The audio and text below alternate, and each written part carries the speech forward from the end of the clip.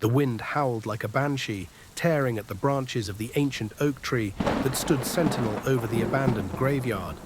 Rain lashed down, each drop exploding against the weathered tombstones like tiny hammer blows. It was Halloween night, 1888, and I, a young lad of barely 16 summers, found myself trapped in this desolate place, the victim of a cruel prank orchestrated by the village lads.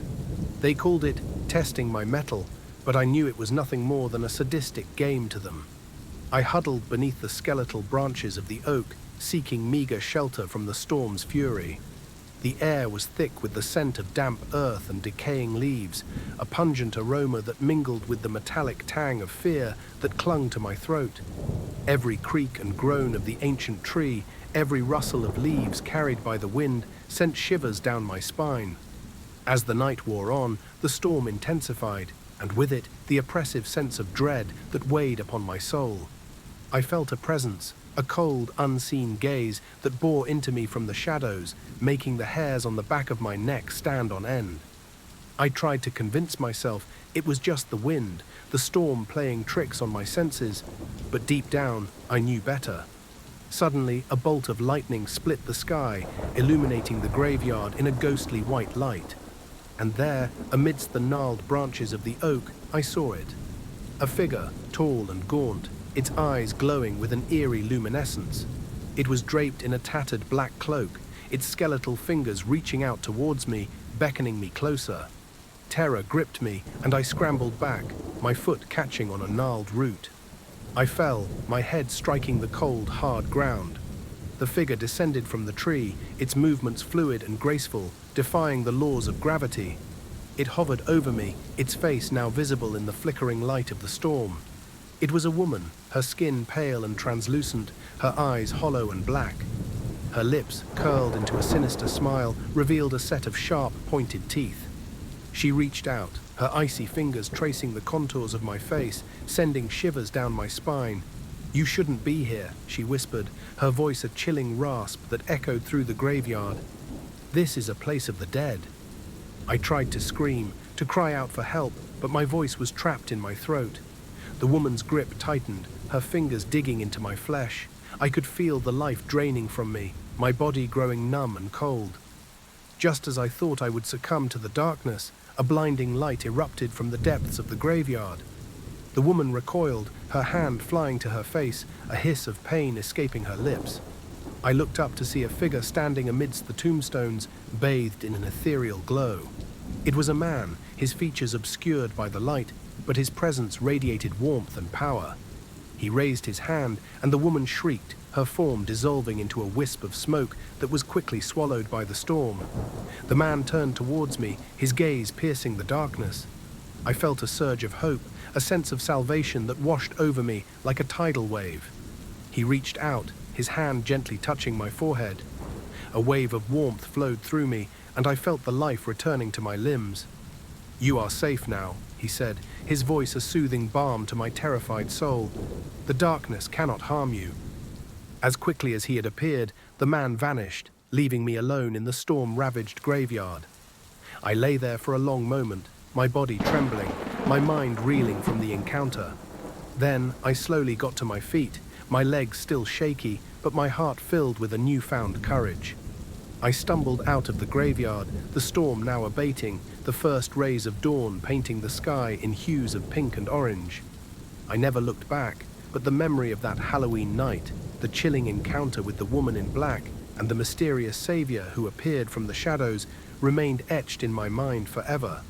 It was a night that taught me the true meaning of fear, but also the power of hope and the enduring strength of the human spirit. It was a night that changed me forever, a night I would never forget, even in the face of eternity.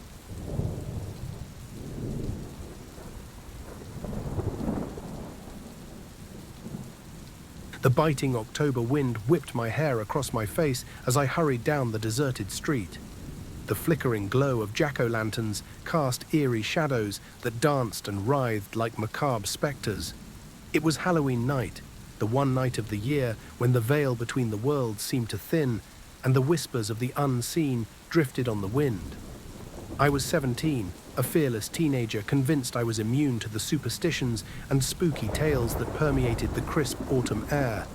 But tonight, that arrogance would shatter, leaving me with a chilling tale that would forever haunt my memories. My destination was the old abandoned house at the end of Hemlock Lane, a place shrouded in local legend and whispered warnings. It was said to be cursed, a haven for restless spirits and things that go bump in the night. My friends, fueled by teenage bravado and a thirst for the macabre, had dared me to spend an hour inside the house, alone, on Halloween night.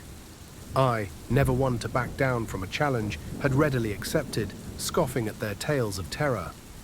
As I approached the house, a sense of foreboding washed over me.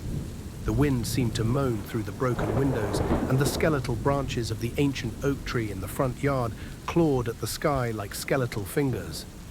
I hesitated, a flicker of doubt casting a shadow over my bravado, but the thought of my friends' jeering laughter spurred me forward. I pushed open the creaking door, its rusty hinges groaning like a tortured soul. The interior was shrouded in darkness, the only light filtering through the grimy windows, casting long, distorted shadows that danced and writhed across the decaying walls. The air was thick with the scent of dust and decay, a musty odor that clung to the back of my throat. I took a tentative step forward, my heart pounding in my chest.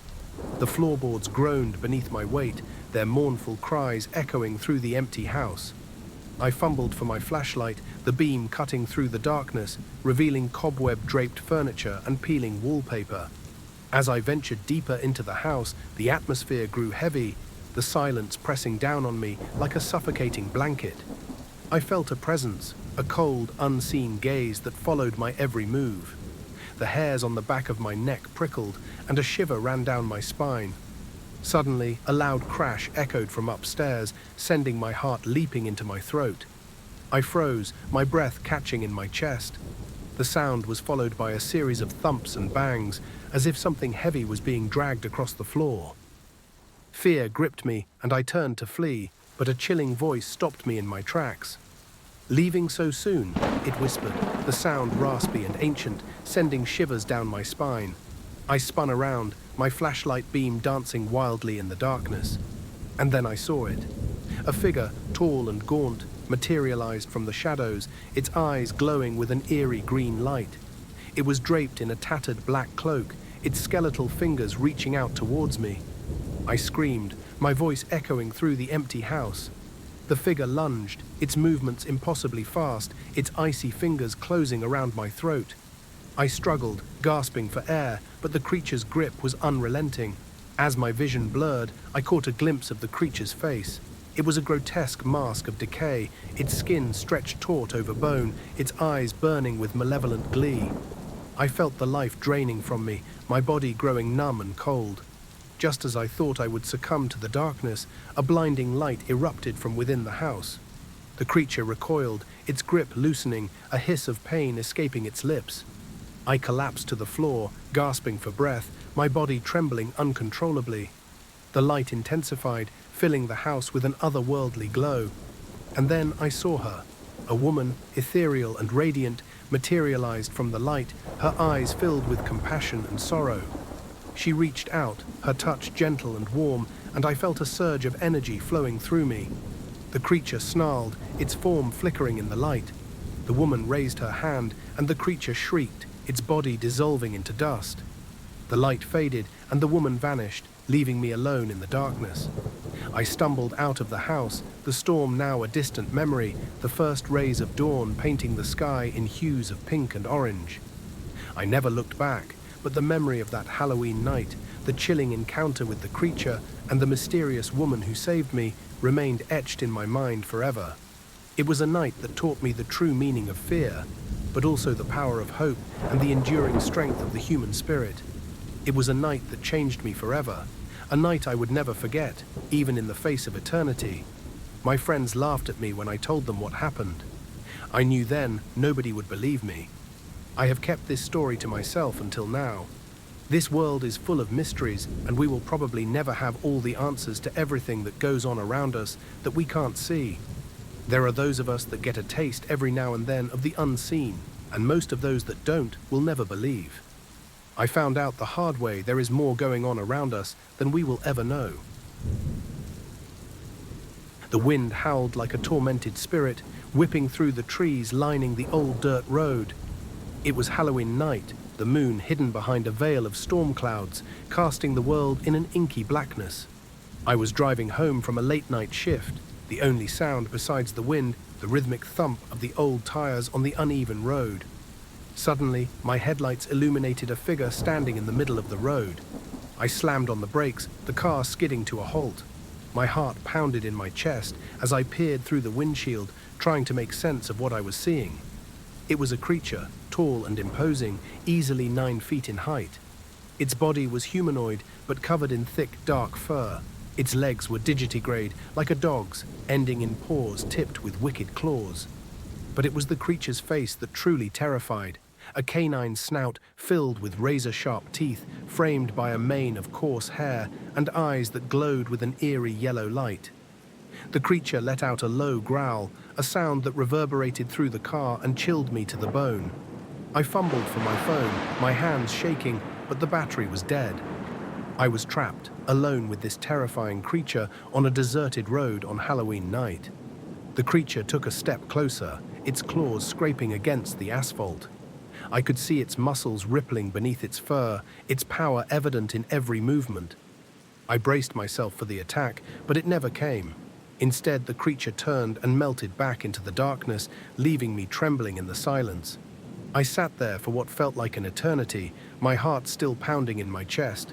Finally, I found the strength to put the car in gear and drive away, my eyes darting to the shadows, fearing the creature's return. I never took that road again, the memory of that Halloween encounter forever seared into my mind. The world felt different after that night. The line between the known and the unknown blurred. I had seen a creature that defied explanation, a creature that haunted my dreams and made me question the very nature of reality. Please like, share, subscribe, and leave a comment. All these things help our channel grow. If you have had a cryptid or paranormal encounter and would like to share your story on our channel, please email us at the email on the screen or in the description.